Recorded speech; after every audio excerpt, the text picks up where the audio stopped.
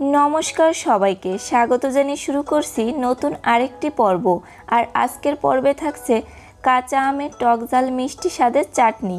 खूब सहजे এই কাঁচা আম দিয়ে চাটনিটা রান্না করা যায় আর খেতেও কিন্তু দুর্দান্ত লাগে।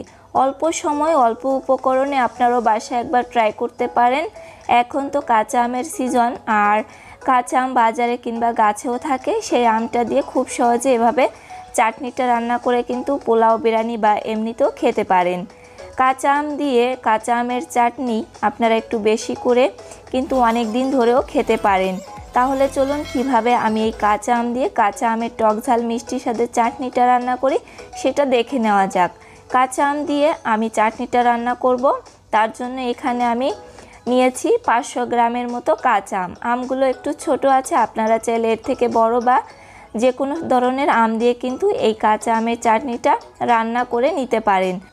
এই আমগুলোকে প্রথমে আমি ভালো করে জল দিয়ে ক্লিন করে নিয়েছিলাম, তারপর একটা পিলার দিয়ে এভাবে আমি খোসাটাকে ছাড়িয়ে নিচ্ছি। আর সব আম আমি এভাবে পিলার দিয়ে খোসাগুলোকে ছাড়িয়ে নিব। আর আমটাকে আমি মাঝ বরাবর কেটে ভিতরে যে বীজটা থাকে সেই বীজটাকে ফেলে দিচ্ছি। আপনারা চাইলে যে আমগুলো এখন কিন্তু শক্ত হয়ে এসেছে বীজটা, সেই আমটা দিয়েও কিন্তু কাঁচা আমের চাটনিটা রান্না করে খেতে পারেন। আর আম এখন কিন্তু কাঁচা আম পাকতে শুরু করছে, তাই এভাবে কিন্তু খুব সহজেই সময় থাকতে কাঁচা আমটা দিয়ে কিন্তু আমের চাটনিটা একবার হলো রান্না করে খেতে পারেন। সাইজটা দেখতে পাচ্ছেন আমি কেমন করেছি, আর এভাবে আমি প্রত্যেকটা আম কেটে নিয়েছি।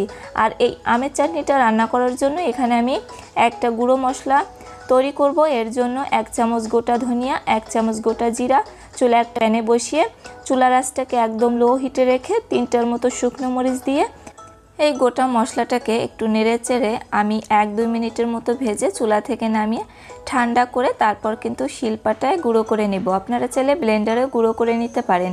তারপর ওই প্যানটাকে আমি আবারও বসিয়ে এর মধ্যে 3 টেবিল চামচ পরিমাণ সরিষার তেল দিয়েছি, একটা তেজপাতা আর 2টা শুকনো মরিচ, হাফ চামচের মতো কালো সরিষা, হাফ চামচের মতো এখানে মৌরি দিয়েছি। এবার তেলের ভিতরে একটু নেড়ে চেড়ে মশলাটাকে 10 থেকে 15 সেকেন্ডের মতো এভাবে ভেজে নিয়েছি।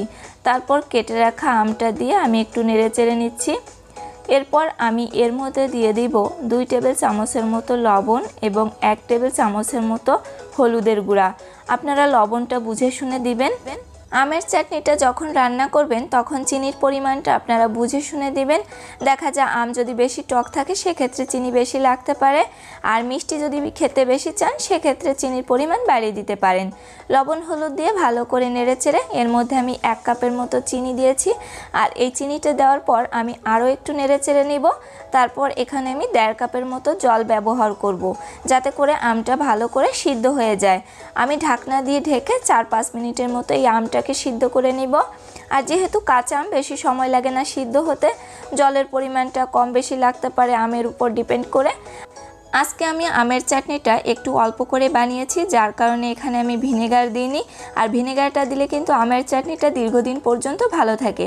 আপনারা যদি বেশি করে বানান সেক্ষেত্রে ভিনেগার দিয়ে এটাকে নর্মাল ফ্রিজে বা ডিপ ফ্রিজেও রাখতে পারেন বা বাইরে রেখেও খেতে পারেন।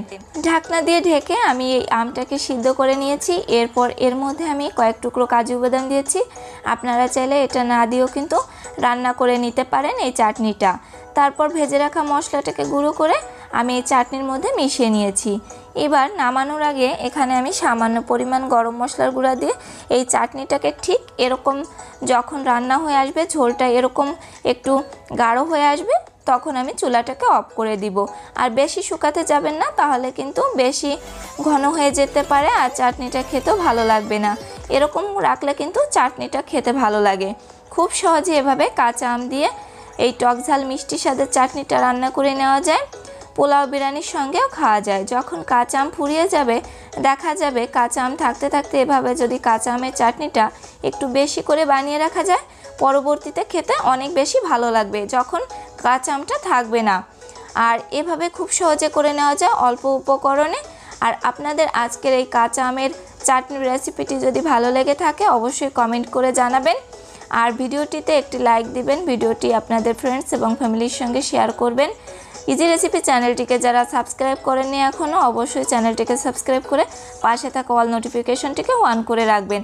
আর যারা ফেসবুক পেজ থেকে দেখছেন অবশ্যই পেজটাকে ফলো দিয়ে আমার পাশে থাকবেন। ধন্যবাদ সবাইকে।